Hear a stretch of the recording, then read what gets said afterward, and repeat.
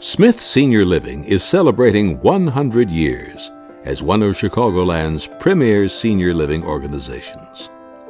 It began in 1915 as the idea of Susan Woodman, a resident of Englewood, to create a home as a residence for the elderly who did not have anyone to care for them. Joined by her physician, Dr. William Gregg, the two worked to make her dream a reality.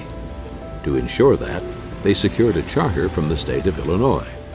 To properly establish the home, they assembled a high-profile group of movers and shakers in the state of Illinois that included Jane Addams, Governor Charles Deneen, Senator Joseph McCormick, whose family owned the Chicago Tribune, John G. Shedd, president of Marshall Field and Company and benefactor of the Shedd Aquarium in Chicago, and the legendary attorney Clarence Darrow.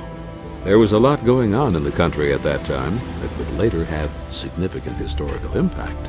The Volstead Act began prohibition. Women secured the right to vote. Mr. Capone and his organization were thriving in the city of Chicago. As World War I ended, outreach began in earnest to help acquire property and a building to house residents. It took 5 years of fundraising, planning, and building until the Oak Haven Old People's Home welcomed its first 44 residents when it opened on May 1st, 1924. In its design, a sincere effort was made to create and maintain a home-like atmosphere. That tradition was respected with every subsequent addition and continues to this day. The care offerings were a bit different back in the day. The home was equipped with a modern hospital department consisting of an operating room or dispensary room and one 2-bedroom, private bath, and dietary kitchen. It even supplied dentistry services and furnished eyeglasses. Since the doors opened, there was a wait list to join the community, and it was growing continuously. This made expansion an immediate need.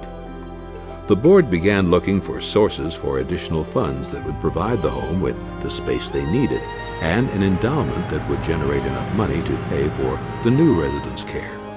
After an exhaustive 2-year search, they announced that the assets of the Oak Haven home were to be merged with those of the estate of Emily Smith, the late daughter of Washington and Jane Smith. Her long-term dream was to establish a care home, and the fund was set up to ensure that dream was realized. The value of Miss Smith's estate was estimated to be in the neighborhood of $1,750,000. With inflation, it would be about $31 million today. With surplus funds from the endowment, Smith Senior Living established Emily's Fund in honor of Emily Smith. The fund makes it possible for every resident to receive the care they need and to live with dignity and security, even if they exhausted their funds through no fault of their own. With the provisions of her trust secured, expansions came in earnest. The North Smith Wing was added and equipped with medical facilities. Then came the Smith South Wing, with the boiler room and the auditorium. Capacity had now increased to 155, allowing the community to serve more deserving members of South Chicagoland. The organization that resulted from the union between Oak Haven and the Washington and Jane Smith Fund was described in 1929 in the Southtown Economist as, quote, one of the greatest institutions of its kind in the United States. And it also received a new name. According to the terms of Emily's will, the home was now to be known as the Washington and Jane Smith Home, which was carved in stone over the front door. Washington Smith was a Chicago businessman and real estate investor who is said to be the first person to operate a wholesale dry goods store in the city of Chicago. During his lifetime, he gave freely of his substantial fortune to the underprivileged. In 1954, the Morrison Trust proposed the idea of using funds from the Edward Morrison estate to build an addition to the Washington and Jane Smith home. The Morrison Wing featured 40 rooms. Almost 2 decades later, 51 rooms were added as part of the Gregg Wing construction, named for founder Dr. William Gregg, who served on the institution's board of directors and as its medical director for a combined period of 56 years. The Oakley Wing, now the Johansen Wing, named after longtime CEO Gary Johansson, who oversaw its construction, added 83 beds in 1991. And in 2001, the second floor of the Johansson Wing was renovated to provide a specialized neighborhood that would serve residents with Alzheimer's disease and other forms of dementia. Both Smith communities offer memory care in assisted living and skilled care to best meet the needs of residents with memory loss. During the 1990s, it was decided that to better serve the needs of the ever-evolving senior population, our concept of what a senior living community is would have to change as well. Therefore, in 2004, a second community, Smith Crossing, was opened on a 32-acre site in Orland Park, consisting of 87 independent living apartments and 10 independent living cottages, an assisted living center that includes 32 assisted living units and 16 memory support units, and a health center.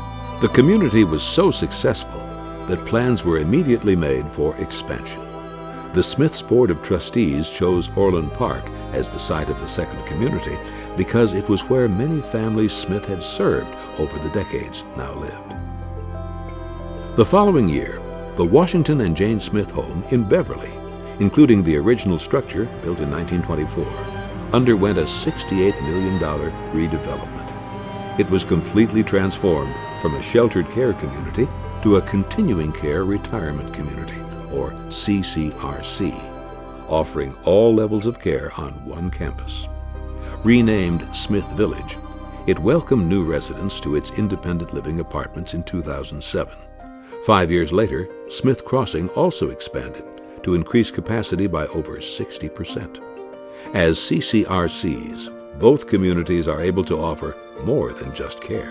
They offer complete, vibrant retirement lifestyles, abundant amenities, various hobby clubs, engaging events, dining options that rival local restaurants, salons, and much more are all part of the package, not to mention exceptional care at every level.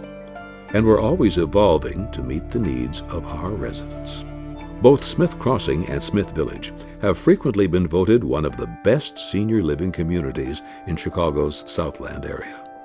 In 2020, Smith Crossing opened Greenleaf Rehab, which offered short-term rehabilitation therapy in a state-of-the-art environment.